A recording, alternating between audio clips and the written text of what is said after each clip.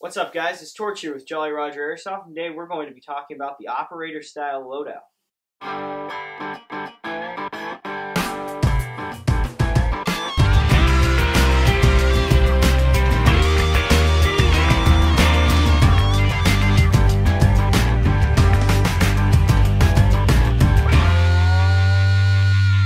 The operator loadout has become very popular in Airsoft, especially with today's younger players.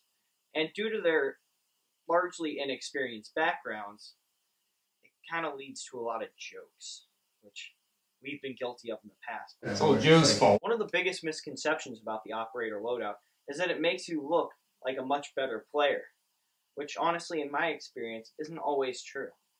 I think that you need to build up your experience and you need to build up your skill level well before you worry about how you look. Anybody out there with money can make a really nice looking loadout and then be bad at Airsoft. I see it happen. Honestly, it does. It happens all the time. And there are great Airsoft players out there who run their operator loadouts, and they look great, and they shoot great, and I love to have them with me. They're tons of fun to work with. But honestly, before you start investing that much money into the sport, you should probably have played it for long enough to get pretty darn good at it. At least that's just my opinion. Really, when it comes down to any loadout, especially when you're looking at buying lots of gear, you should always keep, there are honestly only three things that I keep in mind. You want safety, utility, and then, finally, after you get the first two, you want aesthetic. So here today, I have Angel and Razor with me, and we're going to go over their loadouts and how that's an example of a good, light, and efficient operator loadout. So, starting with Angel here. Say hi, Angel. It's okay. Hello. See? There we go. Wingapo. It's also acceptable to talk with a buff. I'd like to point that out.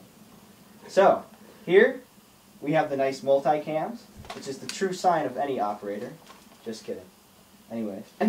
So, as you can see, he's wearing his chest rig, and everything he has a purpose. He has speed loaders,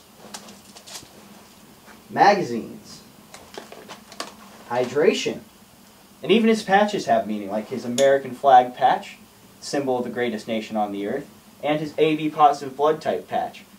Step this way. And here we have Razor with his loadout, with a plate carrier for body armor if he's going to be playing milsim, and his saw-like machine gun, because why not? And he has his M4 magazines, so that way if he does run out on the big one, he has a few interchangeable ones. And here he has his utility pouch for his map and his keys and his knife and things like that he might need. And then if you turn real quick, he also has Molly for hydration or a backpack if he needs to. But if he doesn't, then he shouldn't carry it, because you need to be lightweight and efficient. Thank you, Razor. And then he also has his iPro and his booty cover. So now we're also going to talk about the placement of his gear, and how most people keep their mag pouches right up in the front, so it's easy to change when you have your rifle shouldered and you need to swap. Precisely. And then utility, up close and small, so that way, like if he needs a map, he can just pull, reach out, examine, put it back. And then dump pouch, most people keep it on their left side because they're right-handed. I need to switch my fake rifle. And so when they switch, they just need to drop it and put it in. Sometimes, since I'm left-handed, I'll actually switch my dump pouch to my right side, because that's the hand that will manipulate the magazine. However, for most people, they also, depending on where they keep their pistol, whether on their right or their left leg, if they're going to holster it that way, they're going to want the dump pouch on either side, on the opposite side, because that would actually restrict movement in case you need to draw. And since I keep my pistol on the right side, normally my dump pouch will be on the left like any normal shooter.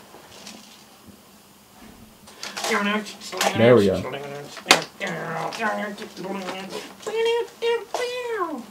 Alright everybody, thank you for watching. Please like, comment, and subscribe if you have anything you want to say, anything you want us to do next. Check out our website, JollyRogerAirsoft.com, and check us out on Facebook and Twitter and all that stuff. Ooh, we have an Instagram now. Follow that. Alright, have a good one.